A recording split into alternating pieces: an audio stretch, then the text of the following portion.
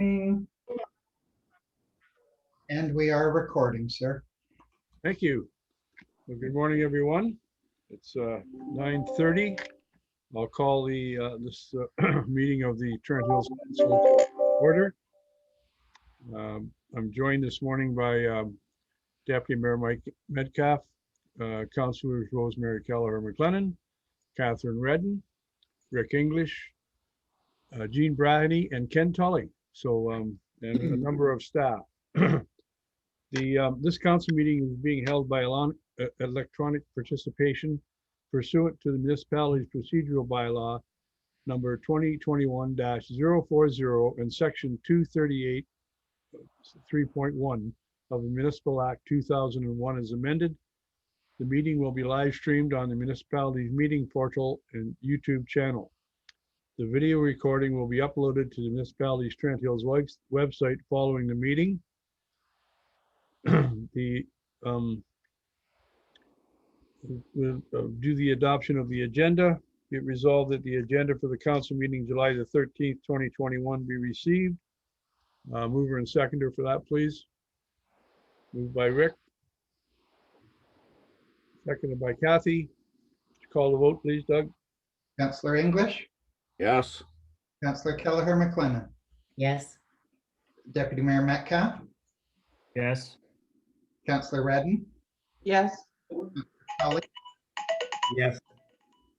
Councillor Bratney, Yes. Mayor Crate, Yes, carried by 7, your worship. thank you.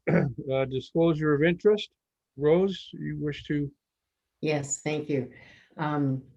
I did speak with the Integrity Commissioner as well as our staff, and based on the Integrity Commissioner's advice, my daughter had submitted some support for the Crooks Rapids County Fest. So she's made a submission in support of the Crooks Rapids County Fest. Her submission has no greater or lesser impact on my decision-making in comparison to others interested parties who have contributed to those discussions with respect to zoning amendment application C14-2021. The Integrity Commissioner has confirmed that I have a non-disqualifying interest in those matters because of my daughter's participation. And by making this disclosure, I may participate fully in the council's debate and voting. Thank you very much, Rose. If anyone else has anything that comes up, please notify the clerk. The we have minutes of the council meeting held on June 22nd, 2021, and the special council meeting held on June the 22nd, 2021. Be resolved that the minutes of the council meeting held on June the 22nd, 2021, and the special council meeting held on June the 22nd, 2021 be received and adopted as presented or amended. A mover and seconder for that, please. Moved by Ken, seconded by Rose. Any discussion? Could you call the question, please, Doug? Councillor Tully, Yes. Councillor Bratney, Yes. Councillor English, Yes. Councillor Kelleher McLennan, Yes. Deputy Mayor Metcalf, Yes. Councillor Redden, Yes. Mayor Crate, Yes. carried by 7, your worship. Thank you. We have the minutes of the Community Development Advisory Committee meeting held on June the 23rd, 2021, and the public hearings, public meetings meeting held on July the 6th, 2021. There are 2 motions. First one being be resolved as the minutes of the Community Development Advisory Committee meeting held on June the 23rd, 2021, and the public hearings, public meetings held on June the 6th, 2021 be received. Can I get a mover and seconder for that, please? Moved by Mike, seconded by Rick. Any discussion? Ken? Thank you, Mr. Mayor. For the advisory committee, it shows I was present, but in the recorded votes, my name did not appear, and I just wanted to question that. Your worship, members of council that are appointed as the chair and vice chairs of council's advisory committees do not vote. It's only the public members that vote. The only one where the members of council vote is the Police Services Board. Thank you. Richard? Thank you, Mr. Mayor. I see in the minutes it was noted about public washrooms, discussion on public washrooms. And I just wondered to you, Len, I guess, any new developments on this at all?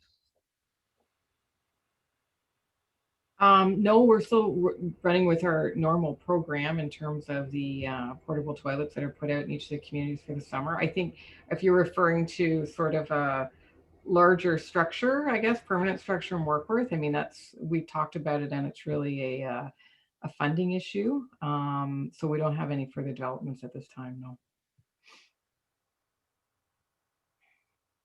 Okay, thank you. Michael?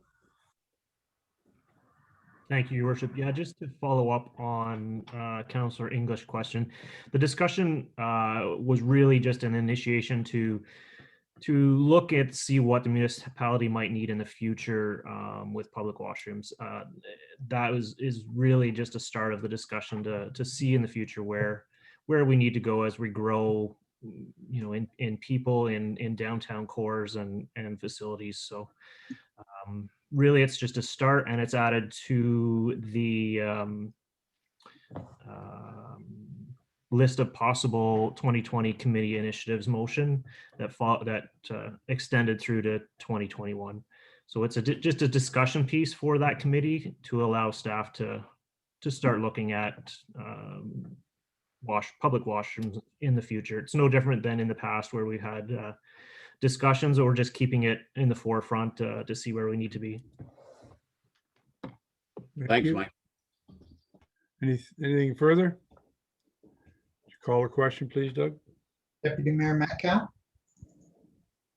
Yes. Councillor Redden, Yes. Councillor Tully, Yes.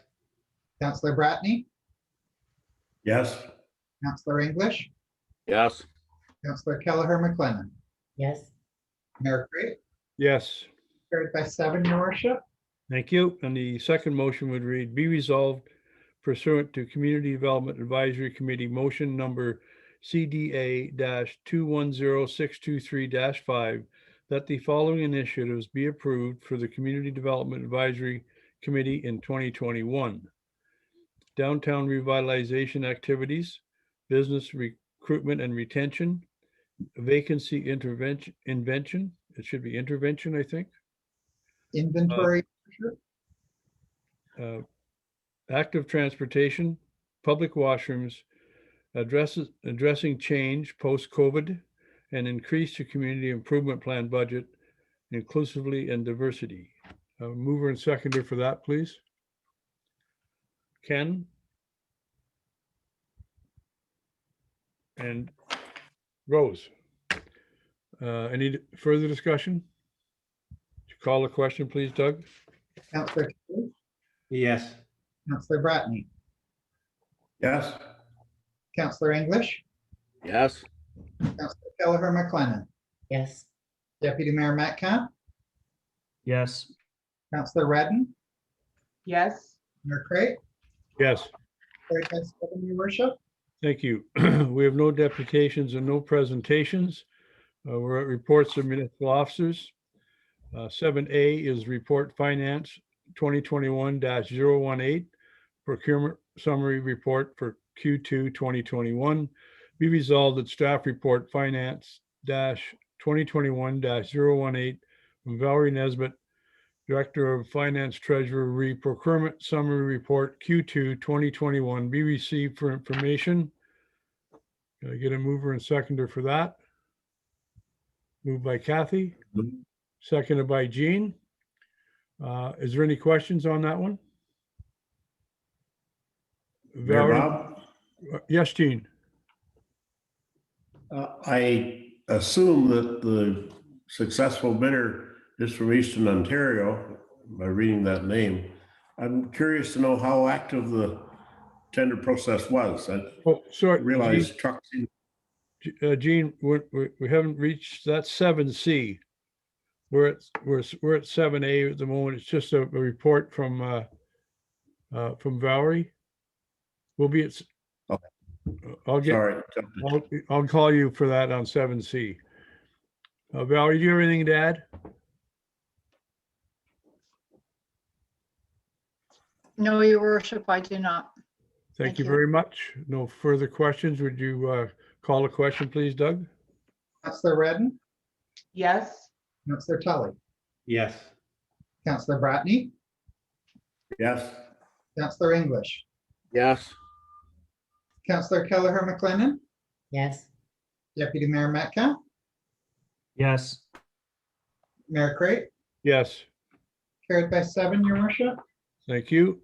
We're at 7B now, Report of Finance 2021-019, the Budget Variance Report for Q2 2021. Be resolved that staff report Finance 2021-019 from Valerie Nesbitt, Director of Finance Treasurer. Read the Budget Variance Report Q2 2021 be received for information. Gotta get a mover and seconder for that, please. Moved by Rick. Second by Mike. Any discussion? Michael?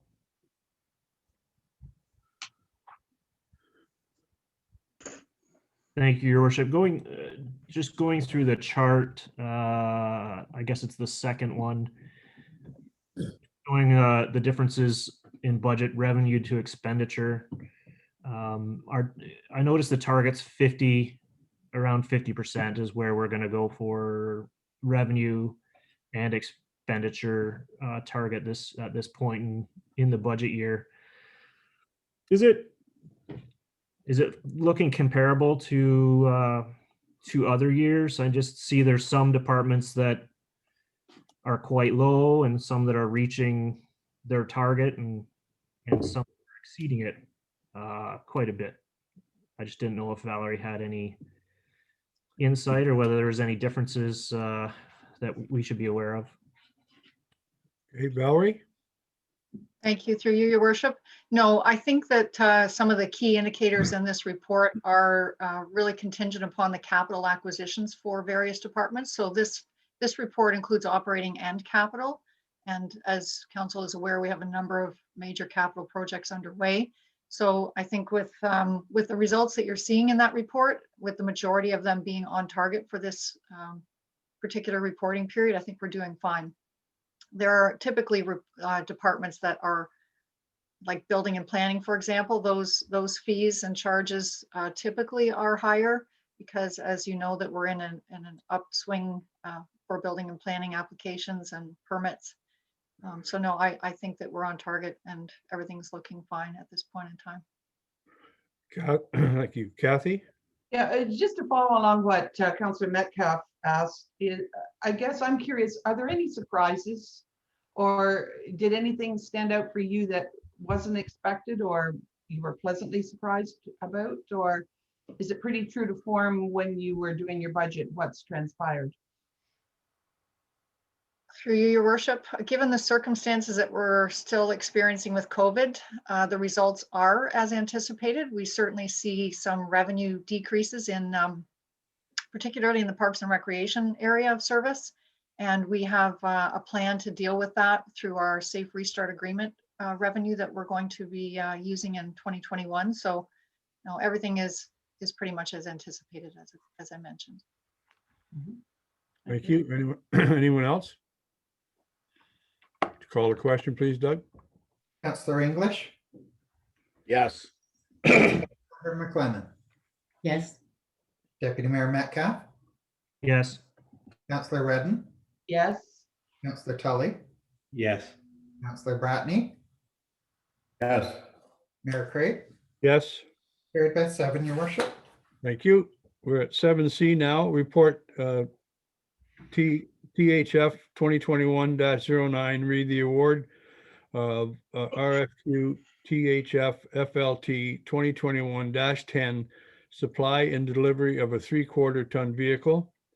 Be resolved that staff report THF 2021-09 from Tim Blake, Fire Chief, re award of RFQ THF FLT 2021-10, supply and delivery of a 3/4 ton truck be received for information.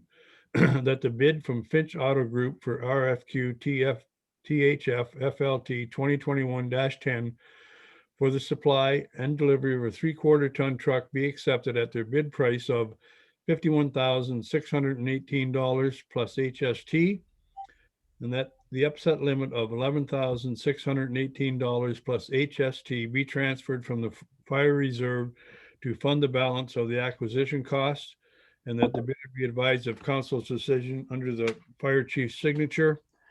Can I get a mover and seconder for that, please? I would move that, Mr. Mayor. Thank you. Moved by Gene, seconded by Ken. Gene, you have a question? Yeah, I was just going back to the question of how active the tendering process was, looking around different lots, and there isn't a lot of vehicles sitting on lots like there used to be. And this dealer was from Eastern Ontario. I just wonder what the numbers that did take an active role in it. Through you, your worship, we received the one bid and it's from Western Ontario. That is it. No other activity. Okay. Thanks, Tim. Okay. Any other questions? Mike?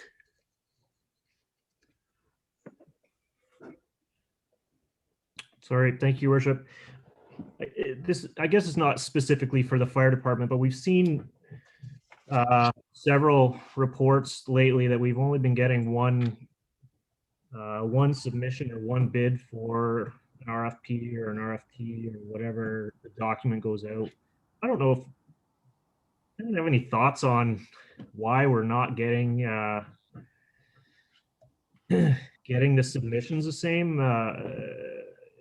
Is it our protocol that changed that we feel we need to adjust, or it's hard to make decisions when we're not getting, I don't think we're getting a good reply from the submissions.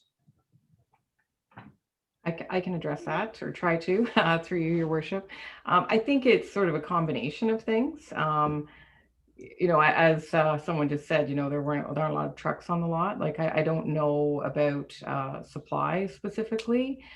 We weren't really surprised that there weren't a huge number that submitted.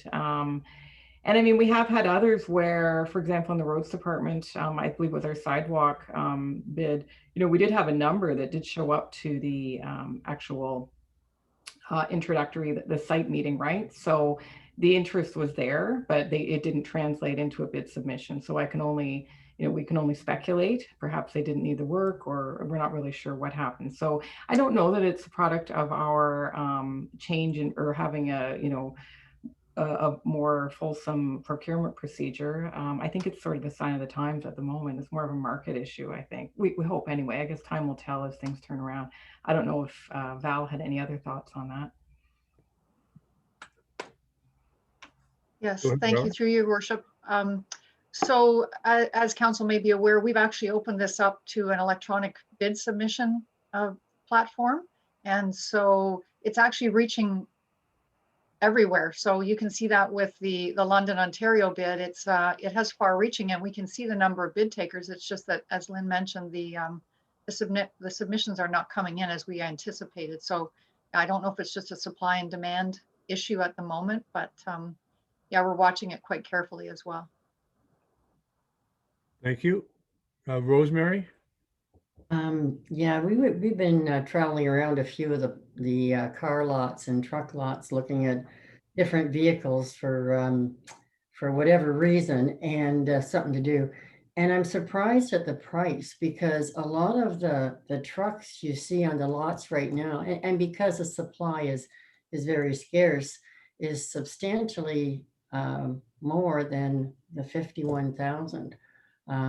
So I just, from what the fire chief has said, and the options and that they need, I mean, I know it's a lot higher than we'd like to pay, but I think it's a sign of the times when you take a look at what's available out there. So I honestly feel he got a good price for a new vehicle. Thank you. Well, I think you hit the nail on the head. I think it's a sign of the times. I think anything you look at right now, if you go to book something, you're seeing a substantial increase in whether it's a hotel room or any other thing that you're looking at. It has increased through the last year and a half. So it is what it is, I guess, for right now. Anything further? Would you call it? Oh, Mike, go ahead. Thank you, Worship. I just like to touch on the bid and go. So the RFQ that went through bid and go on June 3rd, and possibly my error, I didn't see the 40,000 allotment in the budget, but how does that process go? Is that just one RFQ that comes back? Because I felt the 40,000 for a 3/4 ton truck being quoted in June of 2021. The prices had already escalated at that time, so I feel 40,000 budget was maybe a bit low, which is why we're seeing having to go into our reserves for it. But is it just a single RFQ that comes back to give us an idea on where we're budgeting at? I'm just curious as a process, I guess. Lynn, or Sure. To you, Mr. Mayor, agreed. I don't think we expected the budget last year was really sort of a placeholder for that, and I believe it had been carried forward from the previous year even. So I think the plan was always, if this were to go forward, that we knew we'd have to supplement it in some way. I don't think we thought we would get a vehicle for $40,000. Yeah, so that was essentially the process. It was just through the budgeting, really. We don't typically go out and get quotes at that time. We have a rough idea what these vehicles cost, and that was knowing that we had some money in the reserve as well. As I said, that was sort of a placeholder in the budget going forward, knowing that we needed to purchase this truck. So I don't think we thought we'd get it for 40,000. okay, thank you. Would you call a question, please, Doug? Councillor Bratney? I'm sorry, Councillor Bratney? Yes. Thank you. Councillor English? Yes. Councillor Kelleher McLennan? Yes. Deputy Mayor Metcalf? Yes. Councillor Redden? Yes. Councillor Tully? Yes. Mayor Craig? Yes. Carried by 7, Your Worship. Thank you. We are now at 7D, Report Rec 2021-03, Capital Use Fee Amendment for Parks, Recreation, and Facilities. Be resolved that the staff report Rec 2021-03 from Peter Burnett, Community Recreation Officer, read the Capital Use Fee Amendment for Parks, Recreation, and Facilities be received for information, that a capital use fee of 10% be approved, that the appropriate bylaw to amend the Parks, Recreation, and Facilities fees and charges be brought forward for council's consideration. Can I get a mover and seconder for that, please?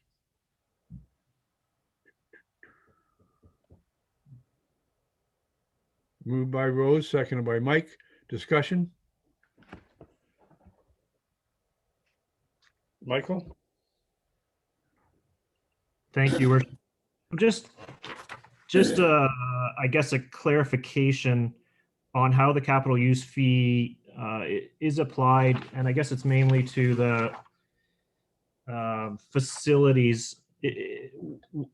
Is it applied as on top of a rate? So we'll see it as, or people using those facilities will see it as 2 line items. I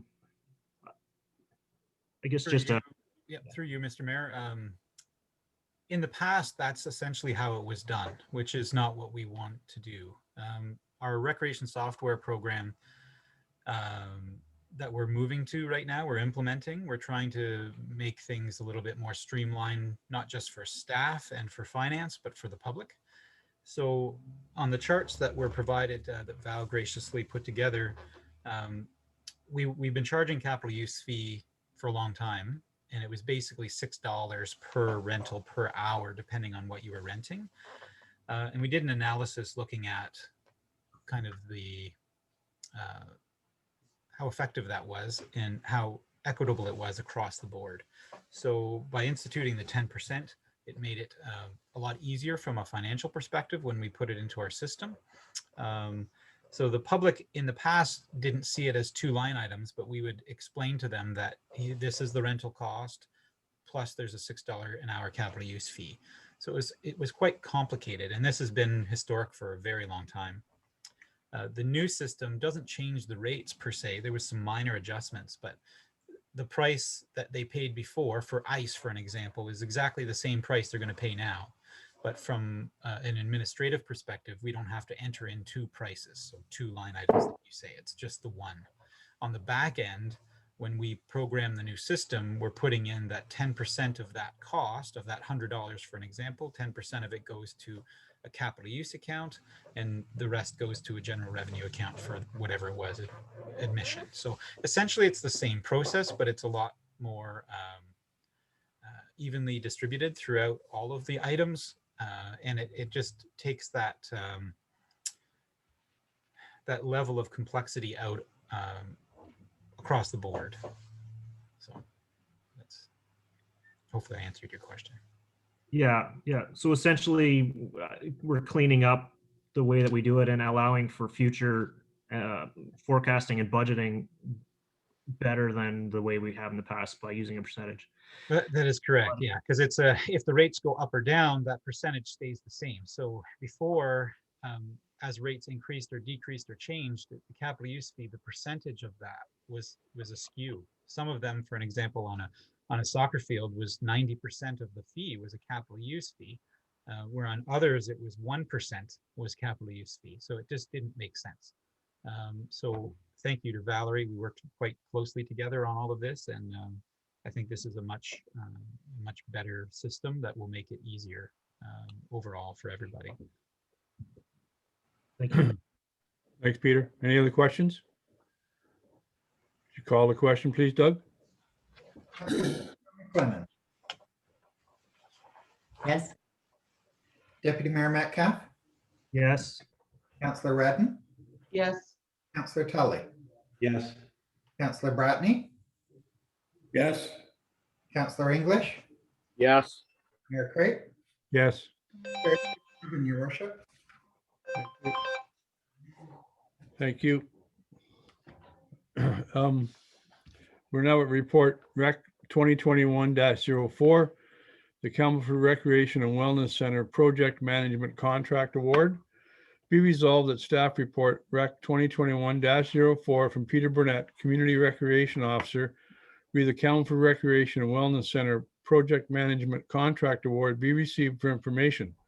And that's a submission from P2I Strategies Limited for RFP Rec PMC 2021-11 for the Campbellford Recreation and Wellness Center Project Management Consulting Services contract be accepted in the amount of $217,765 plus HST, that the clerk execute the appropriate contract documents with P2I Strategies Limited, that all the bidders be advised of council's decision under the Community Recreation Officer's signature.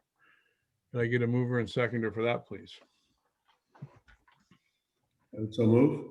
Moved by Jean, seconded by Kathy. Any discussion?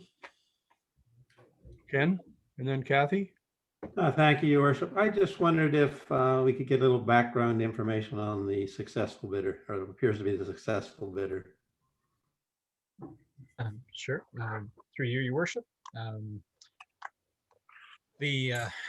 The consulting service, a company that we're recommending here is they scored very well overall. They have a lot of municipal experience in similar projects. They a very detailed project management plan, and their timelines are acceptable for us. They're willing to start the project as quickly as possible, and overall it was a quite well presented proposal that they gave. So I'm not sure what other specific information you might be looking at. I can try to answer it more specifically if you like. I just wondered where their offices were located. Oh, they're out of Mississauga. Thank you. Okay. How many bidders do we have on that one, Peter? Or is it? Through you, Mr. Mayor, we had 3 proposals submitted. Valerie would have to clarify this because she kind of proctored the process online, but I believe there was over 20 people that either looked at it or downloaded the, or companies rather, that downloaded the RFP document. But we had 3 submissions. Thank you. Any other questions? Kathy? I've got 2. The first one is, and I'm probably you, Peter, but can you kind of explain the sort of tasks that this company will carry out? And then secondly, is there an incentive or is there a penalty depending on how they meet our timelines? Through you, Mr. Mayor, the project management contract basically takes over the full administration of the planning and oversight of the construction of the rec center. Mhm. So the first process will be meeting with our team, which we have to strike, interviewing us and reviewing the documents that we have and kind of our story behind everything, and our the next part would be looking at developing a list of owners' requests or requirements for the project. And that document will be very essential to the development of the RFP for the actual design build process, which is the next component. There's other plans that will be implemented about risk management and so on. That's part of their responsibilities that we put in the RFP.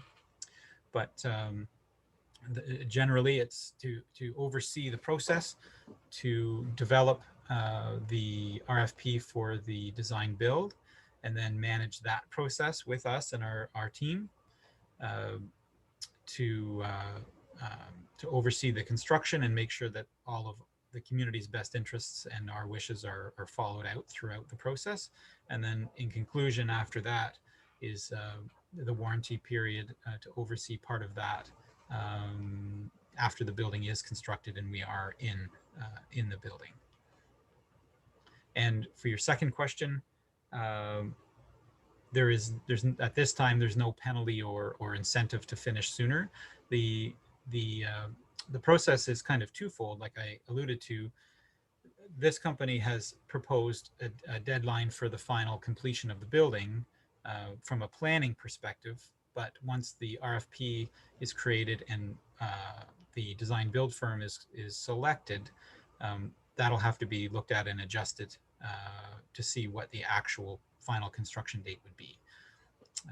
So I imagine, the next process, which will be having the contract in place, will be a lot of those details will be worked out at that point. But we're confident in the proposal. It's very well laid out, and their experience speaks very highly of what their abilities are. So we're looking forward to moving forward with the project. Kathy? Just to follow up, and I did look them up on, I think they're actually out of Milton, Mississauga area, and they've got some really nice developments. And I like their name. What is it? P2I project to what was the last? Anyway, it's they look like they can do the job. My one question that comes to mind though when you were speaking is how much, I guess, updating or involvement or information will be provided to council? I know there'll be a project team, and I respect their need to be able to move forward and get things completed. But I also anticipate there'll be lots of questions to council from the general public and input, suggestions, whatever. How much, I guess, communication do you see them having with council or reporting back and forth? Through you, Mr. Mayor, that was outlined, not a specific schedule per se about communication through the project team to council, but it will be a very transparent and open process. So, I'm sure through council and Lynn, we can come up with a desired schedule for updates to council, in which we have the project managing firm provide us with the technical information or anything, any specific information that may come up, and we can then communicate that to the public through a council report. Okay, thank you. Thanks. Richard? Thank you, Mr. Mayor. Is this, Peter, is this the company that actually does the detailed drawing, the design of it? Through you, Mr. Mayor. No, it is not. So the process, this is an oversight firm, basically. So their expertise is managing all of the logistics and intricacies of projects like this from start to finish. They will be overseeing. So after the RFP, the priority will be to kind of analyze everything we've done so far, then come up with the RFP for the design build. They'll be designing, or they'll be developing that, which will be reviewed by our team and then put out through our procurement policy and system. That design build firm, those proposals will include a drawing or what they're proposing on building. And then that design then will be refined under the supervision of our team and the project management team. And that at that point, that'll be the final, where the construction drawings and building permits all get pulled from that drawing, so this is an oversight contract to just ensure that everything is followed properly, and to give us the support, the staff's the support to be able to ensure that we can execute this project to the best of our ability. Okay, thank you. Anyone else? Mr. Mayor, Yes, Gene.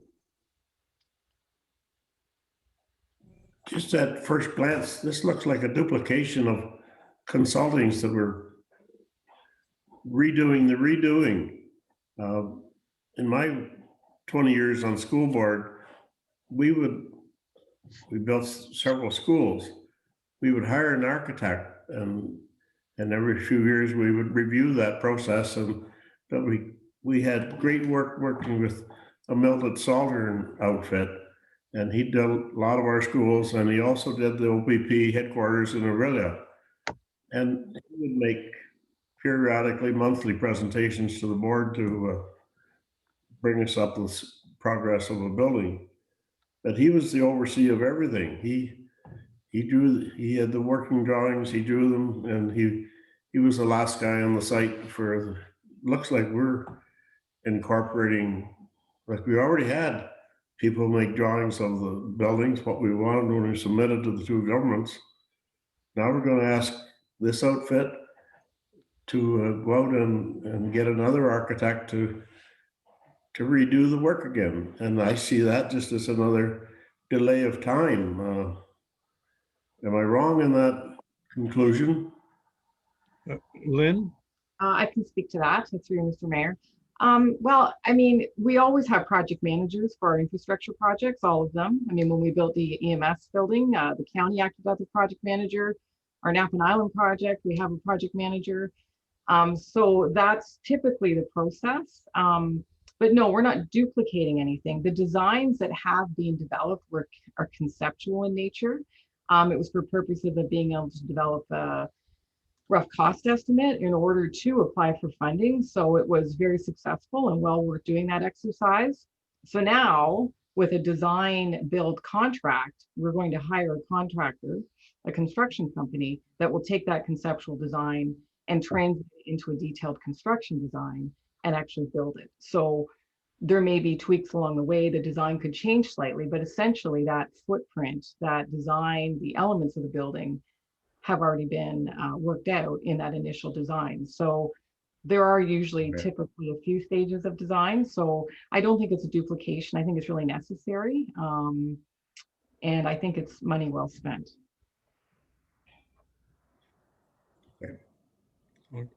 Anyone else? Kathy?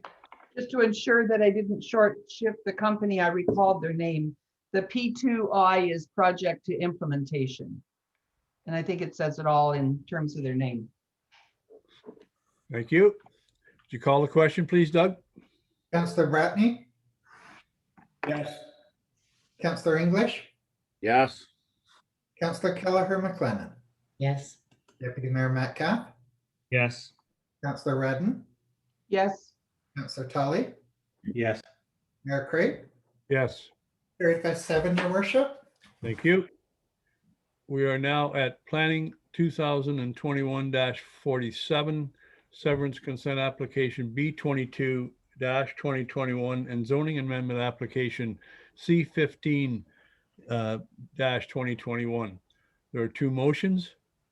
First motion, be resolved that staff report Planning 2021-47 from Liz Stillman, Planning Coordinator, Severance Consent Application B22-2021 and Zoning Amendment Application C15-2021, Concession 9, part of Lot 7, 11047, County Road 45, former Township of Percy, for Paul and Julia Pierk, be received for information. That severance consent application B22-2021 to sever one new parcel being approximately 3.95 acres in which the retained portion is vacant land and will be eligible for residential building purposes be approved with the conditions as set forth in the report. Can I get a mover and seconder for that one, please? Moved by Ken. Second by Mike. Are there any questions? Would you call the question, please, Doug? Councillor Tully. Councillor Tully, you're on mute.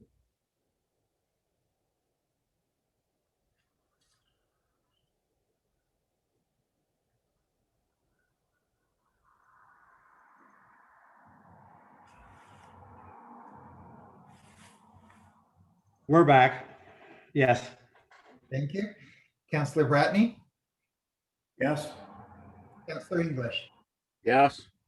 Councillor Kelleher McLennan, Yes. Deputy Mayor Metcalf, Yes. Councillor Redden, Yes. Mayor Crate. Yes, Carried by 7, your worship. thank you. The second resolution being be resolved that zoning amendment application C15-2021 to rezone the severed portion from severance consent application B22-2021 to rural residential be approved. Mover and seconder for that, please. Kathy and Rick. Any questions on that one? Would you call the question, please, Doug? Councillor Redden, Yes. Councillor Tully, Yes. Councillor Bratney, Yes. Councillor English, Yes. Councillor Kelleher McLennan, Yes. Deputy Mayor Metcalf, Yes. Mayor Crate. Yes, Carried by 7, your worship. thank you. Item G, Planning Report 2021-48, Severance Consent Application B23-2021, and Zoning Amendment Application C16-2021. Again, we have two motions. The first one being be resolved that staff report Planning 2021-48 from Liz Stillman, Planning Coordinator, read the severance consent application B23-2021 and zoning and amendment application C16-2021, concession 13, part of lot 26, 3044 13th line east, former township of Seymour, for Brenda Powery and Aaron Tanaka be received for information, and that severance consent application B23-2021 to sever one new parcel being approximately 4.5 acres of vacant land from approximately, for residential building purposes be approved with the conditions as set forth in the report. Can I get a mover and seconder for that, please? I'll move. Moved by Gene. Seconded by Kathy. Any questions? Would you call the vote, please, Doug? Councillor Bratney, Yes. Councillor English, Yes. Councillor Kelleher McLennan, Yes. Deputy Mayor Metcalf, Yes. Councillor Redden, Yes. Councillor Tully, Yes. Mayor Crate, Yes. carried by 7, your worship. Thank you. The second motion, be resolved that zoning amendment application C16-2021 to rezone the severed and retained portions from severance consent application B23-2021 to rural residential environmental protection and environmentally sensitive be approved. Mover and seconder for that, please. I'll move. Moved by moved by Rose. Seconded by Mike. Any discussion? Call the question, please, Doug. Councillor Kelleher McLennan, Yes. Deputy Mayor Metcalf, Yes. Councillor Redden, Yes. Councillor Tully, Yes. Councillor Bratney, Yes. Councillor English, Yes. Mayor Crate, Yes. carried by 7, your worship. Thank you. We're now at Report Planning 2021-49, Severance Consent Application B24-2021.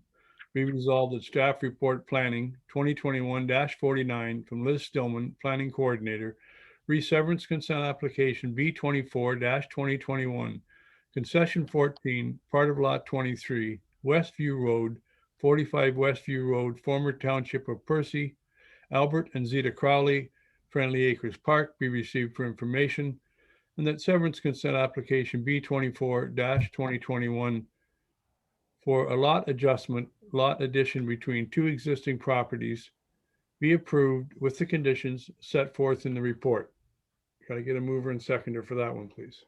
Moved by Rick, seconded by Ken. Any discussion? To call the question? Oh, sorry, Mike, go ahead. Thank you, Your Worship. During the public meeting, there was some concern of change of use on this property, and I believe it was clarified during the public meeting, but essentially this application is a merger of some lands and adjustments, but there is no change of use of any of this lands. Am I correct in that? Jim, would you confirm that? Yes, through you, Your Worship, you're absolutely correct, Deputy Mayor. There's no change of use proposed for any of the lands. Okay, thank you. Okay, anyone else? Would you call the question, please, Doug? Councillor English, Yes. Councillor Kelleher McLennan, Yes. Deputy Mayor Metcalf, Yes. Councillor Redden, Yes. Councillor Tully, Yes. Councillor Bratney, Yes. Mayor Crate, Yes. carried by 7, your worship. Thank you. We're now at Planning Report 2021-46, Zoning Amendment Application C14-2021, Crooks Rapids. And as was said before, Rosemary has a non-disqualifying interest, so she can participate in this item. Be resolved that staff report Planning 2021-46 from Jim Peters, Director of Planning and Development, read the zoning amendment application C14-2021, concession 12, part of lots 22 and 23, 45 Pickens Road, John and Charlene Foster, Doug Oliver, John Sini, Crooks Rapids, be received for information. That zoning and amendment application C14-2021 to rezone the subject property to allow an annual 3-day music event be approved through a temporary use bylaw for the period of 1 year. That the temporary use bylaw lists the following items as conditions for approval, in which all items are requirements that must be met by the applicants. A 3-day event with setup on Friday, including campers, the music event on Saturday, and the cleanup on Sunday. Maximum 50 camping sites with maximum of 1 sleeping accommodation, a camper, a tent, etc. per site. Music is only permitted during the hours of 12 noon to 11:30 p.m. on the Saturday of the event. Monitoring of sound levels both at front of house and off site. Front of house to be no more than 100 decibels and off-site to be no more than 65 decibels. Complete and accurate records of the times and locations of the monitoring are to be provided to the municipality. water brought in bulk from the Trent Hills water treatment plants, 30 garbage cans, 24 yard bins, and recycling containers are provided on site. A minimum of 30 portable washrooms and several hand washing stations to be provided. A private security firm provide a minimum of 10 security staff. No campfires to be permitted as part of the event. Maximum attendance of 1,250 with the attendance to be reported to the municipality. A traffic management plan clearly indicating traffic patterns, load in, load out must be supplied to the municipality. Traffic counts to be carried out during the event and to be provided to the municipality. Roadside cleanup of municipal roads to be provided by the event along municipal roads within 5 kilometers of the event site, and be responsible for any maintenance required due to the event, and an on-site medical station to be provided. And that the appropriate bylaw be brought forward for council's consideration. Can I get a mover and seconder for that, please? Moved by Mike. Seconded by Rose. Discussion? Mr. Mayor, I wonder if I could jump in before the questions and just comment on the report. Yes, please. Through you to council, I just want to say that thanks to the Director of Legislative Services and the Planning Coordinator, we all spent a lot of time working on this report and draft bylaw. There are some changes here of note that are spoken to in the report, such as recommending that this be a temporary use bylaw under the zoning provisions. We've added in the idea of a minimum number of campsites based on the idea that the regulations across the province have been changing for what would be permitted for events and businesses reopening. That wasn't initially contemplated when it came before council. And also we sort of looked at what would be a reasonable number of total attendance, and that number is placed before you. So those are some of the changes, and certainly available to answer questions. Thank you. Rick? Thank you, Mr. Mayor. I thought our original bylaw was the music to stop at 11 o'clock, and I thought that was originally what this group had asked for too. But now I see it's 11:30. I wonder why the change. Through you, Mr. Mayor, that's based on the submission of the event organizers. That was something I should have mentioned. That was part of the public hearing presentation. The 11 p.m. was mentioned, but in the submission documents, it's the time schedule or the schedule of the various music groups ends at 11:30. So that's for council's consideration. I just would like to be consistent with everything, because I know that's what we asked of the Music Fest in Warkworth was the 11 p.m. thing. And I think that's what most people were happy with. And I just don't know why we're changing around with this half-hour thing. That's all.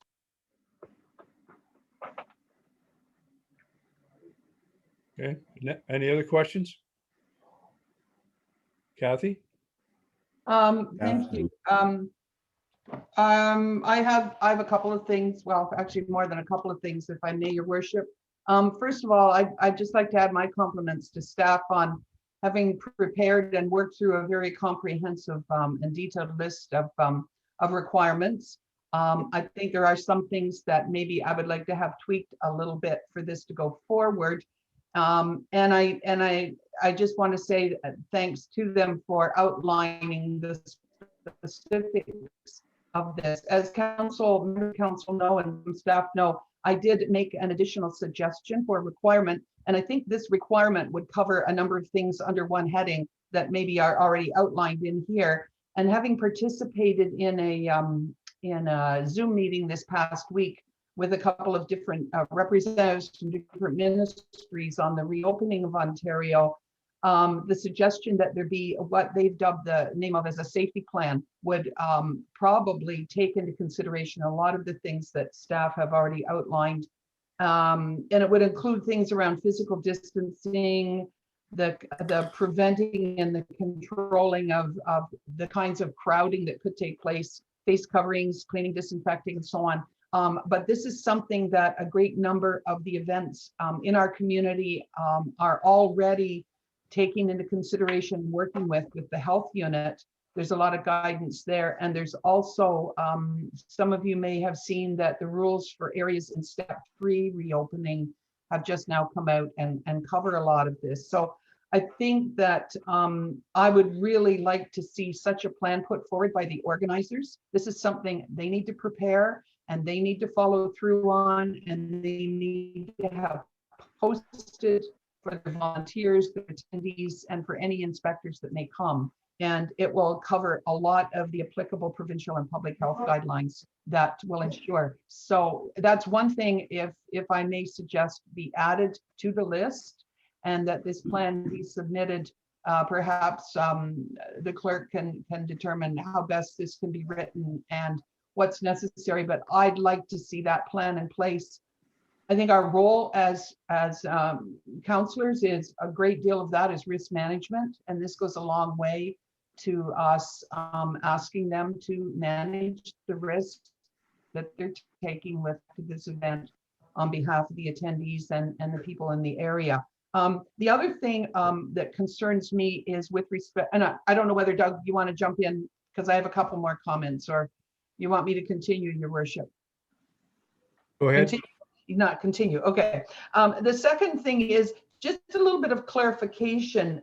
As I said, I like the list that the staff have provided, but I did see the page three of 5 or 3 of 6 pages that were replies to, I think, some questions that perhaps the planner had sent out.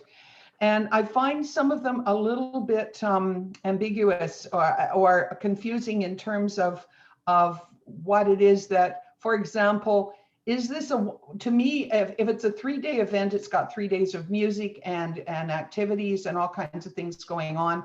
But what I read from their reply is it's a 1-day event where they might come on the Friday and then leave on the Sunday, but it's 1 day of music. There are some comments if and when the government opens up, but that won't happen this year because of the notice. So it's still going back to 1 day of music. And I think we need to be very clear in terms of what we're saying around what 1 day means or what 3 days mean or whatever, and a little clearer schedule. And I agree with Councillor English that what we put forward on this and what we put forward to others should be consistent. And it kind of speaks to something I'd like to see down the road in terms of a full discussion on these kinds of events within our community, and we set up some guidelines rather than sort of scrambling at the last minute to try and deal with organizers who have deadlines to meet. I think if we can get ahead of that, that would be important. So I guess I would prefer to look at a 1 day music. When they come and go, we can work on that, but 1 day worth of music.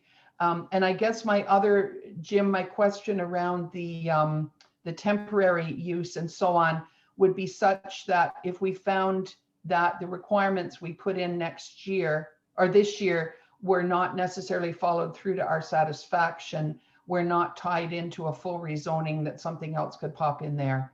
And maybe you could explain just a little bit around what that truly means in terms of whether it goes ahead or doesn't go ahead in another year. Anyway, thanks. Go ahead, Jim. Are you going to tackle all the answers, or? Well, I'm going to tackle some, and I'm sure the clerk will jump in on some others. Okay. So I should have mentioned before too that this also ties in, if approved by council, this to be required to get an exhibition permit, which will reinforce a number of these things. So right now, the way this is put forward is to spell out that on day 1, that's their organization day to bring in their logistical needs.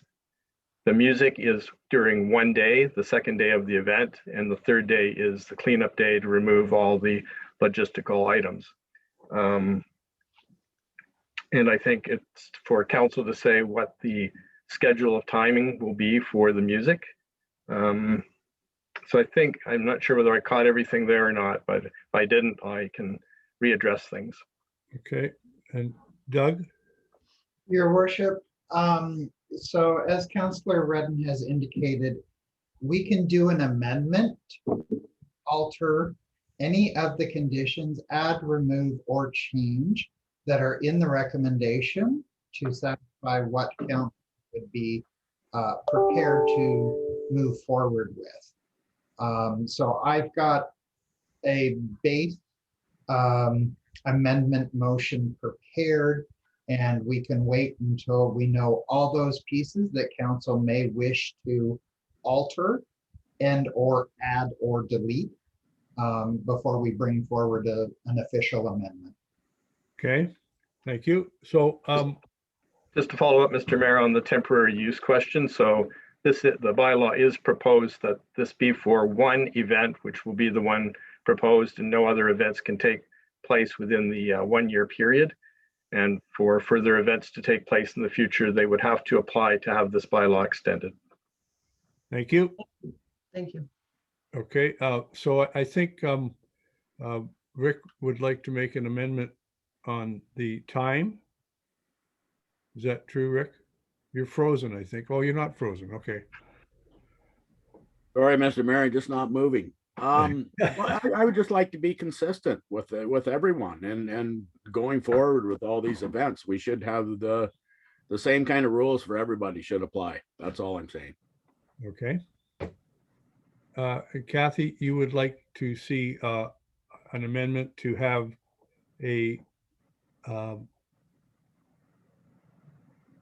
the health board, the regulations printed out a little clearer. Is that?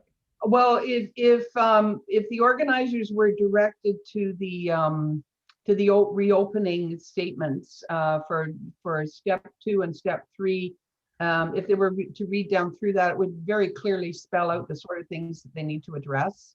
It's not difficult, and given that they did have an event last year, I would think a lot of these things they've already looked after, hand sanitizing and so on.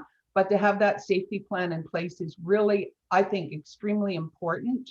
And it shows that they're paying great attention to the kinds of things that we as the risk managers need to bring their attention to. And it includes a lot of things in there that I didn't highlight, but yes, I want to see that added as a requirement, and that it be provided to us in advance for our review, or to staff for sure for our review. Okay. Anyone else? Michael? Mayor, I'd like to.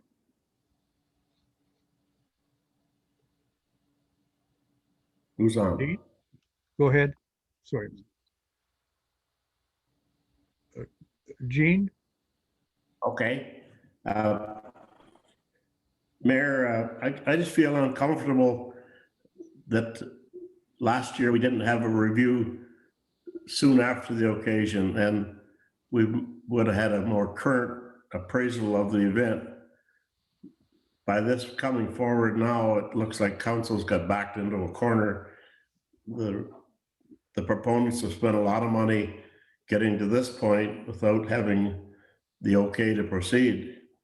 So I guess if this jamboree gets approved, I would hope within 90 days after it that council has a review of it while it's still fresh in everybody's mind, and it be an open review that people, because we never heard anybody making any comments after last year's, at least I didn't.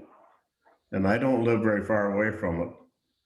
And we got all these 80 people commenting, some as far away as Orangeville and Smith Falls, etc.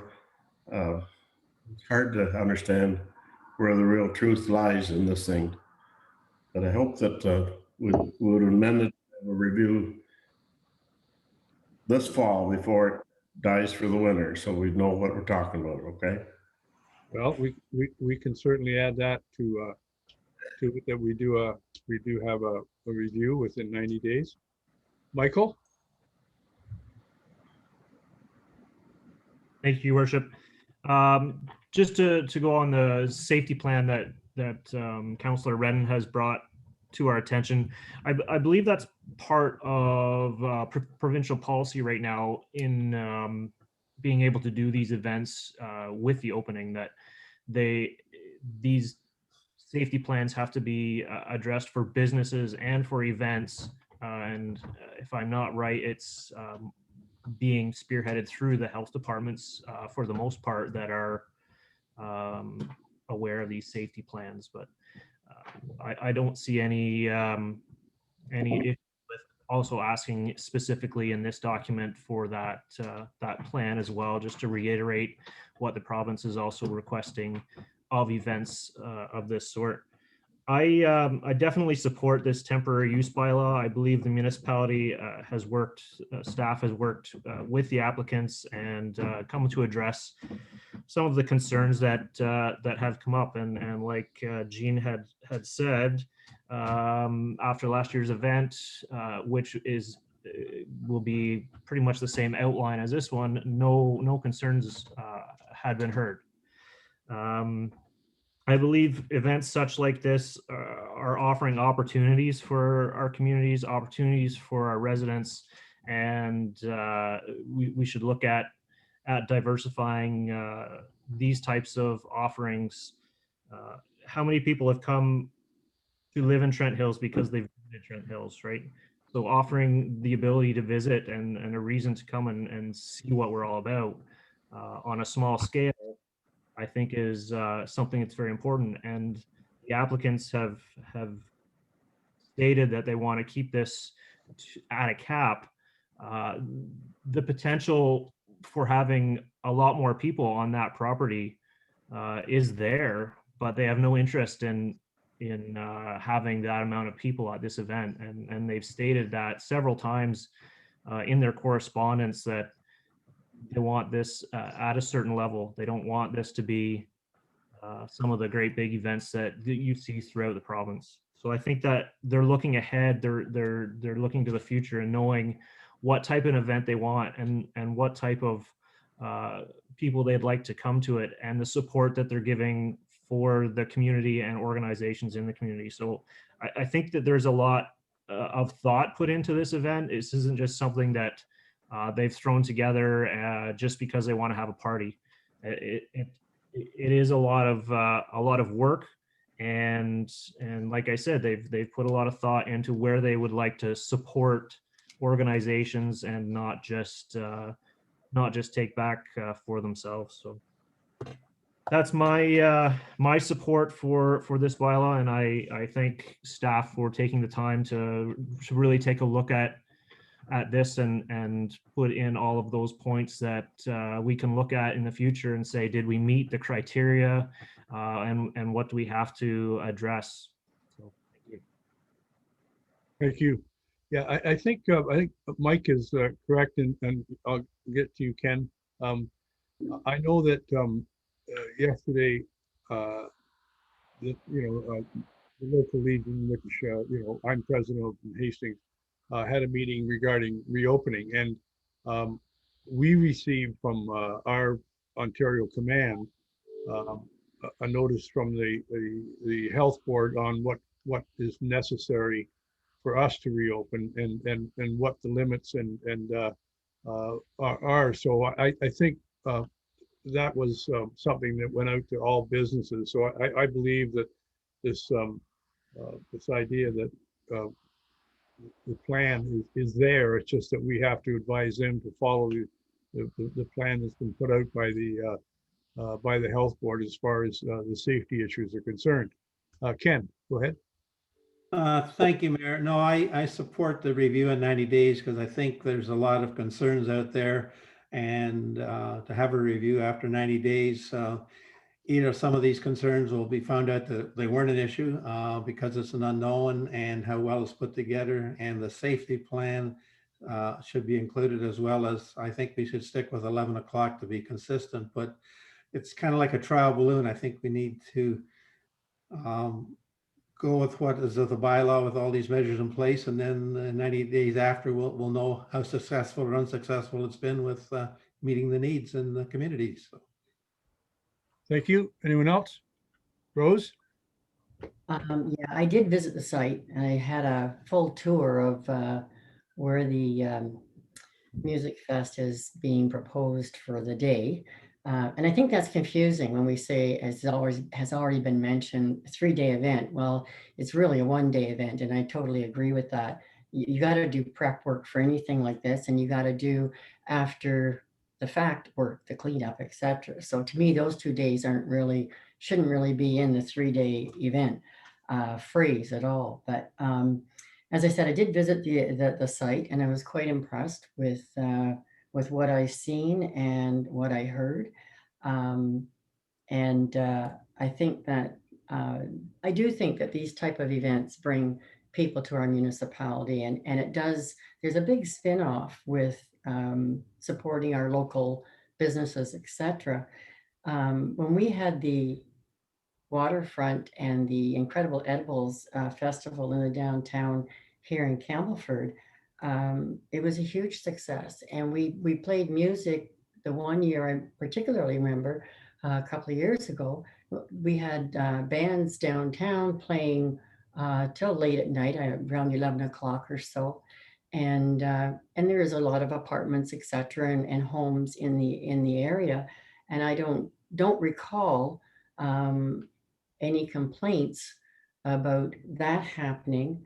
And as has been alluded to, we have the festival or the music in Warkworth, and the organizers of that have worked well with council and suggestions of how to try to keep everybody happy and included and not feel too imposed upon. It's been a good success. I just feel that these kind of events are really important. Last weekend, sitting outside on our back deck, it was a real treat to my ears to hear some music rising up from the town below. And I'm not sure if it was the Legion, if it was one of our patios that had music playing, if it was, but it was great. It was like all of a sudden, it's like, we're used to that. And it's not disruptive, but the music is up there, but it's not disruptive. It's quite pleasant, and we missed it. And it made me feel like there's some sense of normality coming back to our existence, to our communities. And I don't need to get into the benefits of music. I think we've all read and heard and know how enlightening music can be to people, and especially what we're coming through. And hopefully we're close to the end. So those are my comments, but I just want to say I was really quite impressed with the site. I didn't have any concerns at all when I was there and even leaving. So that's one of the reasons that I do support this bylaw. Thank you. Kathy? If I may, Your Worship, add some final comments that I had. And I just want to acknowledge that I do recognize, and I think we all recognize, there remains a significant number of individuals who really are not in favor of this or have serious concerns about this event and have expressed them. And I think that that's great. And they've given us a lot of food for thought, and they've had the opportunity to say what they feel. And in some cases, I think it's prompted us to do an even better review of what's possible. I just wanted to say that not long ago, I was part of the preparation of what we called foresight papers, and they were about the visitor economy and rural cultural amenities, and the fact that a lot of things are moving out into the rural area, and a lot of individuals and a lot of special events. And that is, there in some cases are a number of citizens who came here for the quiet and peaceful enjoyment and didn't expect to see some of those things following them out here. And in some cases, it stems from when these things come up, there's a feeling they have a lack of involvement or an opportunity to speak their mind. And in this case, I think a number of them did speak their mind, and more power to them. But I think that speaks to us in terms of ensuring that we always have both sides come to the table and speak, and that we work on sort of a community-based tourism approach or event approach where they feel that they've been able to say what they need to say and know we've heard it.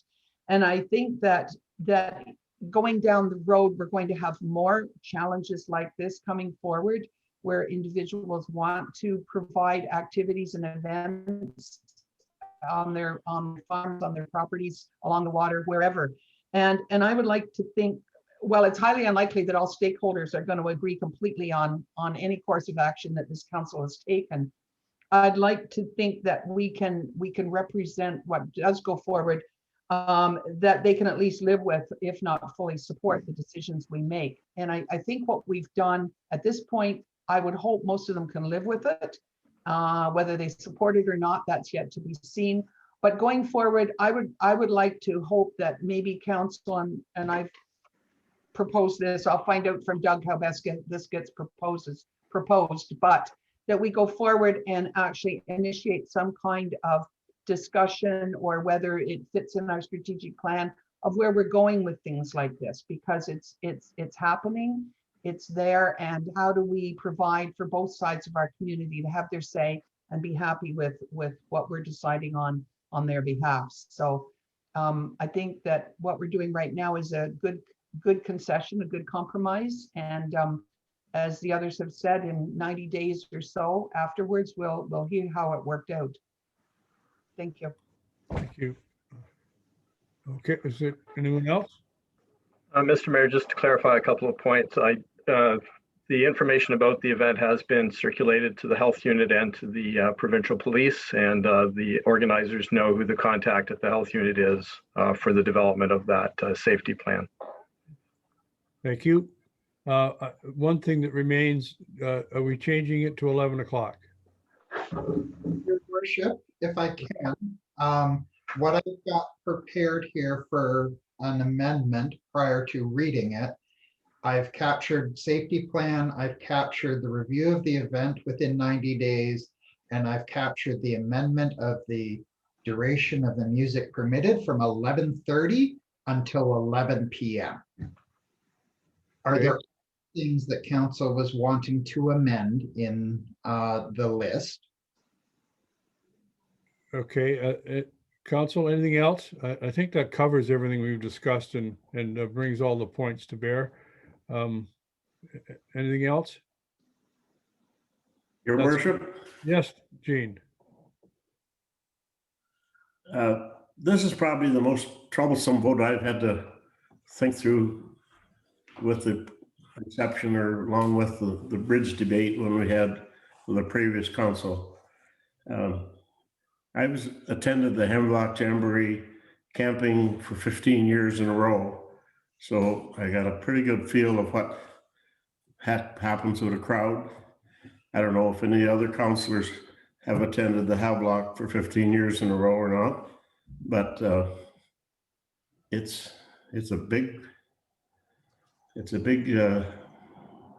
idea, and particularly there, it was kind of an isolated in where it was. In this particular case, we're plucking this right into a community that is not prepared for it. So I've certainly got mixed feelings. I got feelings for the proponents, and I got feelings for the neighborhood. So yeah, please understand where I'm coming from, I guess. Thanks. Mr. Mayor, could I just clarify with the clerk that if these amendments are made, they would also make their way into the bylaw? Your worship, what will happen is if council supports the amendments, we would carry the bylaws amended to also capture these. I would also identify for council's information that the temporary use bylaw is not for the 50 acres that was requested. It is written strictly for the festival event area as defined on the site plan in the bylaw. So it's a much smaller area than the 50 acres that was originally requested. Thank you. Okay, is everyone good with that? And I'll call the question, please, Doug. Your worship, I'll read the amendment. We need to vote on the amendment and then vote on the main motion on the floor. Okay, Be it resolved that the motion with respect to report PLN 2021-46 rezoning amendment application C14 2021 concession 12 part of lots 22 and 23 45 Pickens Road, John and Charlene Foster, Doug Oliver and John Sini, Crooks Rapids, be amended to add the following conditions for a temporary use bylaw. A safety plan as required pursuant to the Reopening Ontario, a Flexible Response to COVID-19 Act and associated regulations be prepared, a copy provided to the municipality, and the safety plan posted at the event site in a conspicuous location and made available to any person upon request. A review of the event occur within 90 days of the event, and to amend the duration of music permitted from 11:30 p.m. until 11 p.m.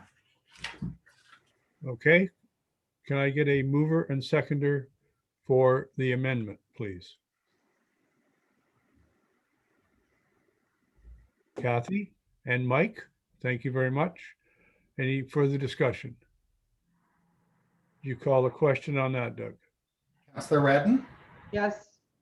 Councillor Tully, Yes. Councillor Bratney, Yes. Councillor English, Yes. Councillor Kelleher McLennan, Yes. Deputy Mayor Metcalf, Yes. Mayor Crate. Yes. The amendment was carried by 7, Your Worship. Okay, so the original part of it was already moved and seconded, yes?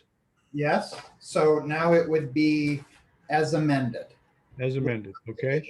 Clauses in, sir. So everyone's fine with that? The mover and seconder were? Deputy Mayor Metcalf and Councillor Kelleher McLennan. Okay, so you're fine with the amendment and go forward. Yes. Thank Yes. you. Thanks, Rose. Call the question, please, Doug. Deputy Mayor Metcalf, Yes. Councillor Redden, Yes. Councillor Tully, Yes. Councillor Bratney, No. Councillor English, Yes. Councillor Kelleher McLennan, Yes. Mayor Crate, Yes, carried as amended by 6, Your Worship. thank you very much. Moving forward, we're at Report Planning 2021-50. Severance consent application B25-2021. Be resolved that staff report planning 2021-50 from Liz Stillman, Planning Coordinator, severance consent application B25-2021, 2859B, 10th line east, Marie Westlake be received for information. And that's severance consent application B25-2021 to create 2 separate parcels which have merged in title be approved with the conditions set forth in the report. Mover and seconder for that, please. I would move. Moved by Jean and seconded by Ken. Any discussion? To call a question, please, Doug. Councillor Bratney, Yes. Councillor English, Yes. Councillor Kelleher McLennan, Yes. Deputy Mayor Metcalf, Yes. Councillor Redden, Yes. Councillor Tully, Yes. Mayor Crate, Yes, carried by 7, Your Worship. thank you. We're now at, make sure I've missed anything. Okay, Planning Report 2021-51. Extension of interim control bylaw number 2020-62, cannabis production and processing within Trent Hills. Be resolved that staff report planning 2021-51 from Jim Peters, Director of Planning and Development. Extension of the interim control bylaw number 2020-062, cannabis production and processing within Trent Hills be received for information. And that the interim control bylaw number 2020-062 for cannabis production and processing within the municipality of Trent Hills be extended by council for a 1-year term from the date of passing in accordance with the provisions of the Planning Act, and that the appropriate bylaw be brought forward for council's consideration. Get a mover and seconder for that, please. Moved by Kathy, second by Jean. Did you second that?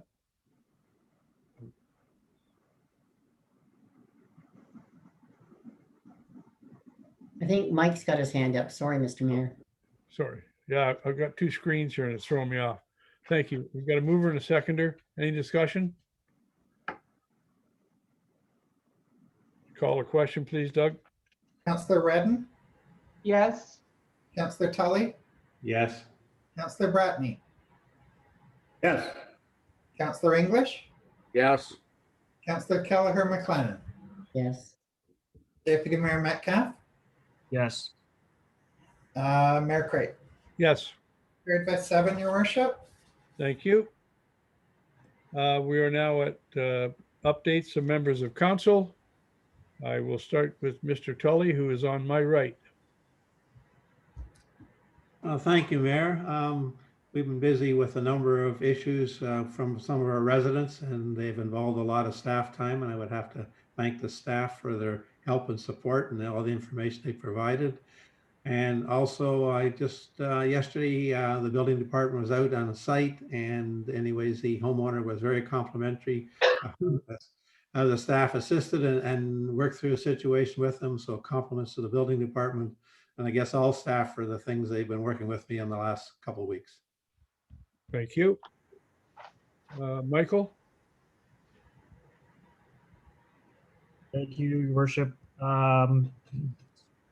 Took part in the Community Development Advisory Committee meeting at the end of June. It had a great discussion on potential for events and items to bring forth to council for consideration. We also had a guest speaker, Trevor Crow. Trevor's our Agricultural and Rural Economic Development Advisor with OMAFRA, and he spoke to the advisory committee on business retention and expansion programs. So it gave an overview to the committee on business development, retention and expansion, and he also spoke a bit on coming out of COVID with that as well. So it was a good discussion for the committee to get some highlights on how things sort of work in the economic development end of things. I also participated in the Pride Caravan. There was a great turnout and community support for that event. I had some discussions with resident on trails, and specifically the EOTA trail from Hastings to Campbellford, and I believe Councillor English has had some correspondence as well. And the concern is just on condition and the friendliness and the safety of a multi-use trail. So going forward, they're just looking at some information on the trail and sort of a user group, grassroots, to see how they can help make that trail a little more beneficial for multi-use for everyone. And lastly was I've been getting more concerned about short-term rentals in the municipality and Airbnb with the last year, the recent property sales going on and the use of the property by new owners. So it's something that I'll be keeping a mindful eye on and probably reaching out to staff if I get more information from residents on concerns of short-term rentals. Thank you. Rosemary? Thank you, Mr. Mayor. So as I mentioned earlier, on June 10th, I did take a visit out to the Crooks Rapids Music Festival event property. And as I mentioned, I was quite impressed and spent a bit of time there doing some real investigation as to how things were going to be set up, etc. On June 14th, I participated in the Campbellford BIA monthly meeting, and not a whole lot has changed from there. We are, looking forward to the summer and some activities to help out the businesses in our community. On the 16th, I attended the County Council's EORN presentation, which most of council, I believe, did too, and was quite informative, and looking forward to that expansion in our area.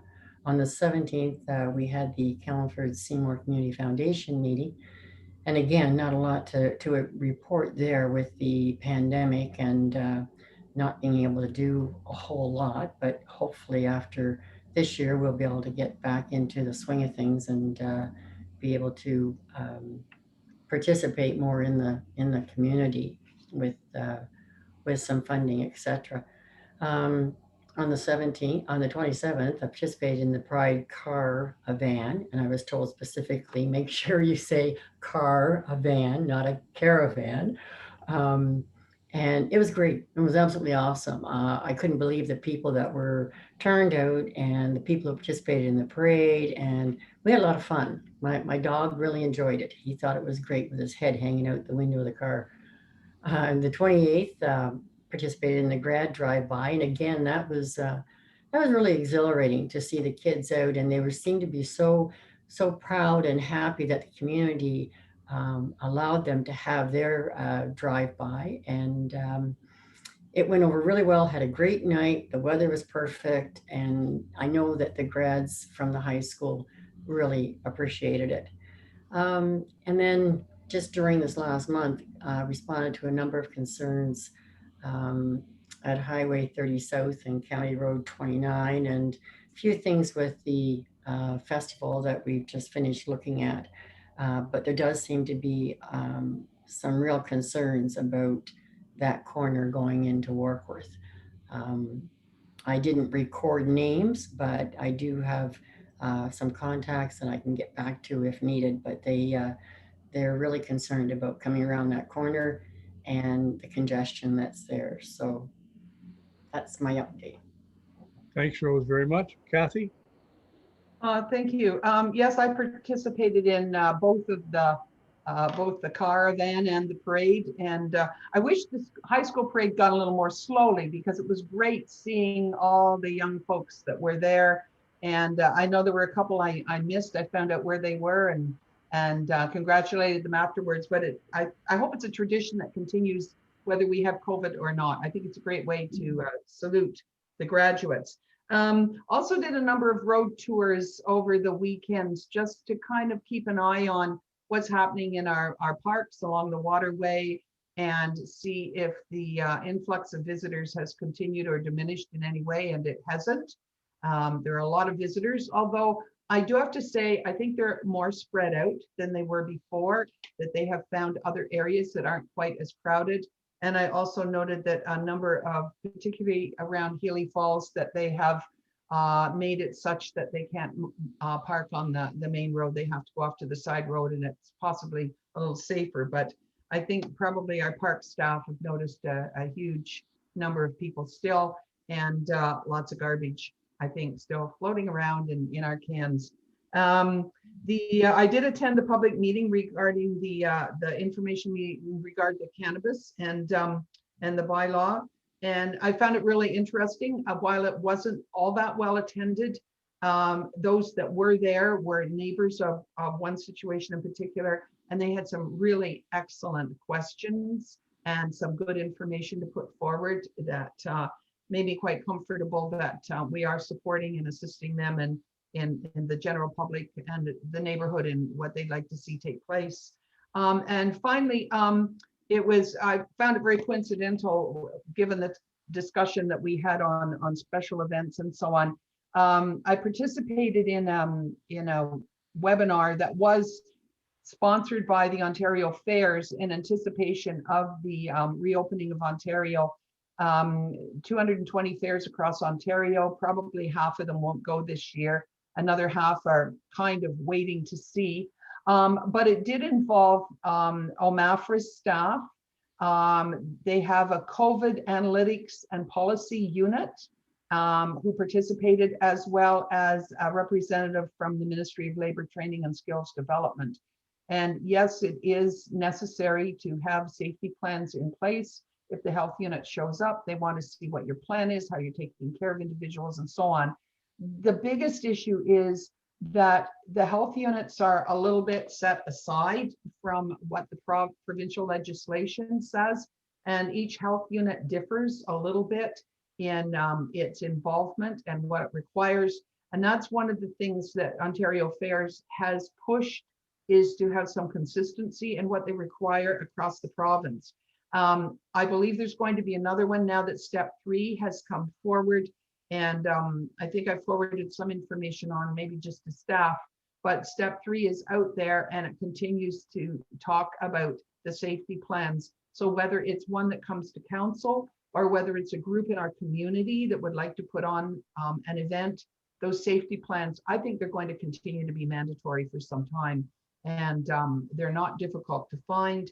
And I also did find something online in terms of municipal startups. There are quite a few resources out there. One in particular that I thought was really good.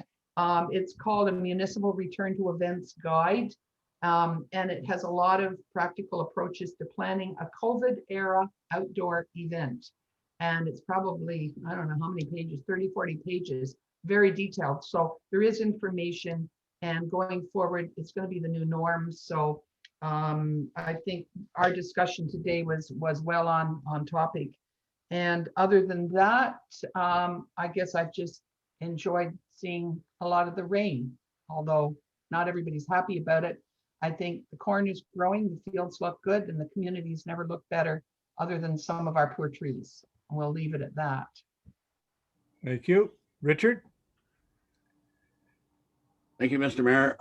First of all, I would just like to say that I am in my trailer in a campsite in Coe Hill. And what a treat it was to be able to go over at the municipal office and have Adam figure me out Wi-Fi to be able to attend this meeting. It's just a real treat to have our own IT person, and kudos to Adam for that. I did attend the Pride event as well as the graduation event. And I thought it was fantastic, both of them. I had a lot of fun. And secondly, to Deputy Mayor Metcalf's comment, I met with some e-bikers from Hastings. A small group asked me to come out and answer some questions regarding the trails, which I was able to do. I thought it was a great meeting, and they were very pleased with it as well. But just to allude to the fact, Mike, that EOTA is going to spend $66,000 on the trail between Campbellford and Hastings this year. So hopefully it'll be able to help the non-motorized people as well. It's never going to be perfect, Mike. When you involve ATVs, and ATVs are the main funders of those trails, it's never going to be perfect all the time, but there certainly is going to be upgrades to it. For instance, the 5 bridges, there was $350,000 spent on them last year, which is a real benefit as well. So I think there's going to be, you'll see a difference this year once that 66,000, and that's all it's going to be for, is just strictly that trail and putting like a limestone down on it. So hopefully they'll see some benefit from it. That's all I have to report, Mr. Mayor. Thank you very much. Gene? Yes, I attended the Lower Trent meeting last week, and as you can assume, they're very busy doing assessments for permit issues. One thing they're not doing is no high water concerns this year, but they're also going through the process of losing some staff. People are moving around to other, changing careers, et cetera, et cetera. I too have had questions about an RB that's back at the Friendly Acres area that's drawing concern to the local neighbors. Apparently they switch from a 3-day to a 4-day transient group that comes in, and they just have a really loud 3 or 4 day time there, both on land and on the water with sea-doos, etc. I attended the grad tour, and also as a tribute to a fellow bus driver, Brian Redmond, that passed away to COVID, as well as his wife, which is very sad for the bus driving community. And I was involved with the cannabis webinar that was presented, and that's one success story that we can be proud of, that one is going ahead. I don't know what is going to happen with the other illegal operations. We just keep a close eye on them, but I guess that's my comments. Thank you. Thank you. Yeah, I don't have a lot other than I did attend the Pride Caravan and the CDHS, the graduation one, and you're right. It was I was just impressed with the being down at the staging area and seeing all the kids come in, and you know, some of them were wearing their you know, their prom dresses, and you know, all dressed up, and they got their cars and they were fixed up. It was nice to see them be able to express themselves after what we've gone through as far as COVID goes. So I enjoyed those things. I did attend yesterday morning at 9 o'clock. Our MPP made a funding announcement at NHH, which in essence supports the hospital use in Northumberland County. They got some money towards their operating, which you know, we got at CMH recently too. So it's good to see that you know, the province hasn't forgotten us out here, and that we're and now that we have an MPP that is a minister, you know, I think we at least have a voice at the table. So that's good. I'm excited about stage 3 starting on Friday. I look forward to being able to sit in a restaurant. I mean, I've sat on a patio, but I'm not necessarily an outdoor person all the time, and I do enjoy being able to go to a restaurant, and I'm looking forward to other events that we can attend. But I want to reiterate that, you know, it's nice to see it opening, but let's not forget what's happened, and let's stay safe. Let's you know, let's continue to practice you know, distancing and masking where necessary. I know we'll be able to at times not always put a mask on, but I think we you know, we've rounded the corner, but I don't want to see us forget that the objective was to get as many people vaccinated as possible. So let's stay safe. With that, we will carry on to the consent agenda. Announcements of interest to the public. We have a blood donation event at the Hastings Field House on Monday, July the 26th from 2 p.m. to 7 p.m. We have the minutes of the Eastern Ontario Trails Alliance meeting held on May the 13th, 2021. We have the Crow Valley Conservation Authority municipal brief. We have the Crow Valley Conservation Authority low water response program information. We have correspondence from the Crow Valley Conservation Authority comments on ERO number 019-2986. We have correspondence from the Lower Trent Region Conservation Authority comments on ERO number 0192986. And we have correspondence from the revival of Friends of the Crow Citizens Group. Be resolved that staff recommendations with respect to consent agenda items 9B to 9G be approved as printed. Got to get a mover and seconder for that, please. Moved by Kathy, seconded by Rick. Any comments? Kathy? Well, since there's what, 3-4 things on there referring to the crow, I'll start. The key one that I want to draw attention to are just the comments on the ERO 19-2986, and I think similar ones have come from the Lower Trent as well, and that is the concerns that are being expressed, particularly by the smaller conservation authorities about the transition plans and the MOUs that are going to be required, and the fact that a lot of this work falls in line with the municipal elections next fall in terms of their deadlines.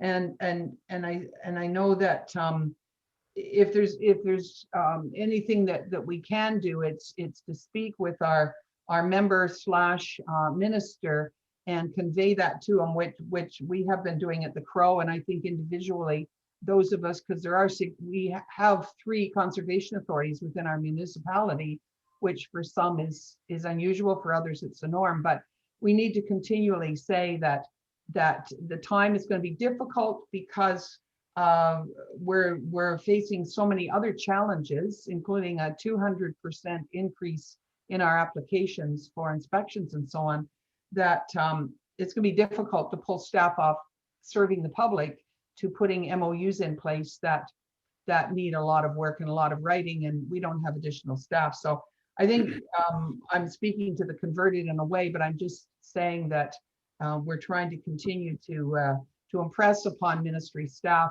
how difficult it could be. I guess the other thing I want to say is how really pleased it makes me to see the letter from John Graham and the comments he's making. And I know that there are staff here today that have done a fair amount of discussion, talking and discussions with residents around the area. And I know that there are a number of us that have been, I guess, for lack of better words, really slammed because of the fence around the Crow Bridge. That isn't anything I believe we ever wanted to have. I think it's something that is there. We know the reasons why, and we're working really quickly to investigate the issues and to deal with them. But to have that many individuals willing to step forward and assist is certainly really commendable. And I hope that, I know I spoke with our executive director at the Crow yesterday and passed on a copy of the letter to him. And we've been doing the same discussions with Callahan Rapids and individuals around the Gut and some of the other areas. And I'm suspecting that, Lynn's going to tuck this away with the other names we have. And as soon as we can meet with these individuals, we will be meeting with them. It's just been, COVID has gotten in the way in a big time. So I just think I'm very pleased, and I want to thank them very much for their support and look forward to working with them from the Crow for sure. Thank you. Anyone else? Call the question, please, Doug.